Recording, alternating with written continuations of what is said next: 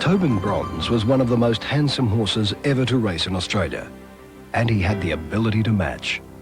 He won 24 races in Australia, but it's the last of these wins, his second Cox Plate, that his trainer Graham Hegney and jockey Jim Johnson remember with great admiration. Well, to be honest, you're a man that they say you shouldn't cry, but there was tears in my eyes, and women came round crying, could I have a little bit of tail, could I have a little bit of hair?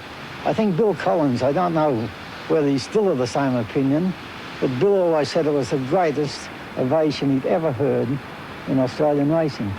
It was absolutely fantastic. It's very hard to explain just how I felt. I was just elated, you know, because the horses won, the crowd's going wild, you know. But back to when it all began. We used to break all our own in those days, and Kevin Keller was apprentice to me at the time. I think Kevin was first to ever ride him. And he always had that little bit of class about him, how to explain it is hard, but he just stood out above the other yearlings at the time, you know. Tobin Bronze proved to be a good class juvenile, winning 4 of his 7 starts. The best staying 3-year-old in the spring of '65, he really came of age in the autumn of '66, winning the Blamey Stakes at Weight for Age. Well, he was a trainer's dream, like he was an ideal horse to handle. You could take him anywhere and he never ever got upset. The only thing that used to worry a little bit, he was a very, very free sweater. But he was such a placid horse to do anything with. In the spring of '66, Tobin Bronze won 6 successive Weight for Age races, including his first Cox Plate.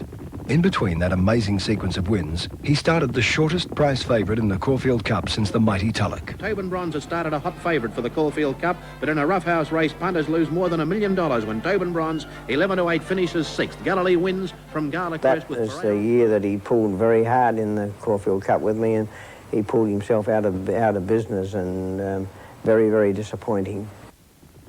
Tobin Bronze then carried his outstanding Weight for Age form into the autumn, winning 3 more Weight for Age races before heading to Sydney. It was a great effort in 2 ways. On the Wednesday before the Doncaster Handicap, he got colic. And we worked hard all Wednesday afternoon, Wednesday night. We cured him and he got 100%. Never called the vet in, we did it ourselves. And he worked Thursday morning. I just worked him like an ordinary horse, and he came through with flying colours. And I had my son and young Frankie Ryan that went to America with him. We were sitting in the stand together, and I said, coming to the turn, he can't win because he'll run the place. I think he stood a horse called Cavachon, which turned out a real good mile horse, 6 lengths from the turn at Randwick, and 2 stone in weight, and got up and beat him on the post. That was a marvellous effort. Before being rested for the winter, he won the Weight for Age All-Age Stakes, starting at 12-1 on. As if to prove his greatness yet again, Tobin Bronze climbed another mountain while preparing for his 5-year-old spring campaign. I said to Graham Hegney, I said, I think something, you know, like the horse just didn't feel right. We're taking the blood from this. Isn't it beautiful blood? I said, well, I hope you're right. And anyway, he rang me back 3 days after. He said, well, the horse is out.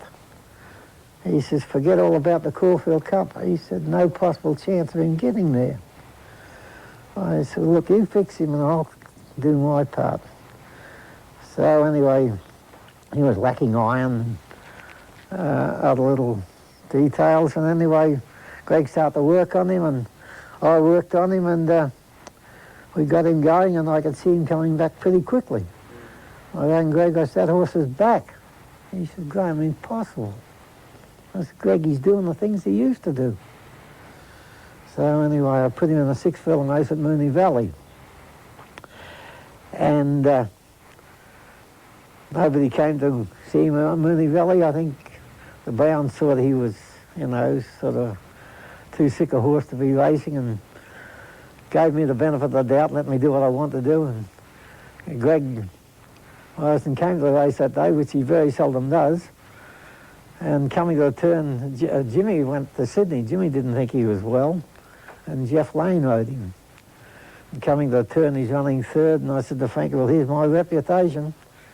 He stayed up for home and just said to the others, I'll see you later.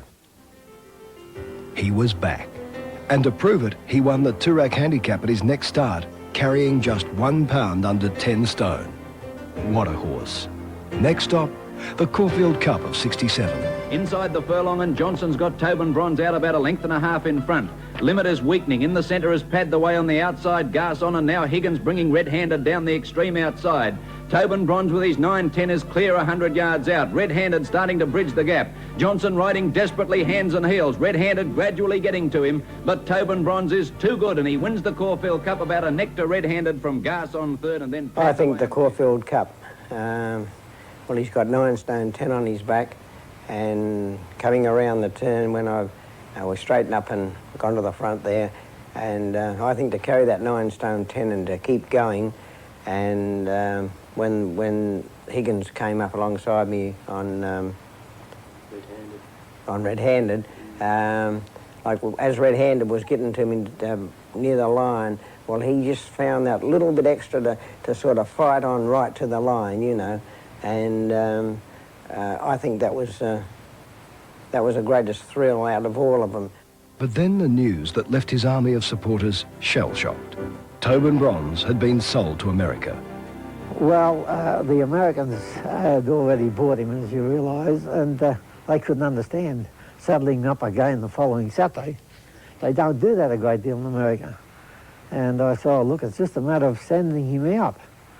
And they were very anxious to get him over to the Washington International. And the plane was delayed, so that's the reason we ran him again in the Cox Plate. Tobin Bronze's last run in Australia was in the Cox Plate. He leads on the corner from Terrific Volition on the rails, Merryweather in the centre, Craftsman the outside, and Carloom's Pride. Given full rein, Tobin Bronze dashes to the lead in the straight, and amongst great cheering from the large crowd at Moonee Valley, Tobin Bronze's last run in Australia is a success. Terrific can't stay with him, and then a gap to Craftsman, and Tobin Bronze once again showing what a great champion he is, scores in effortless style in the Cox Plate at Moonee Valley from Terrific. And before the race, the stewards said, told me, they said, now if this horse wins, if Tobin Bronze wins, make sure you trot him right back down the straight, right down to the Derby, for everybody to see him, and before you bring him in, Johnson. I said, righto. Well, when it was all over, I was up in the air too, and if I could have got off the horse halfway down the straight and let him take all the bows on his own, well, that's what I would have done. It's a memory that will live in my life for the rest of my life. People just absolutely went mad. Tobin Bronze left Australia in a blaze of glory.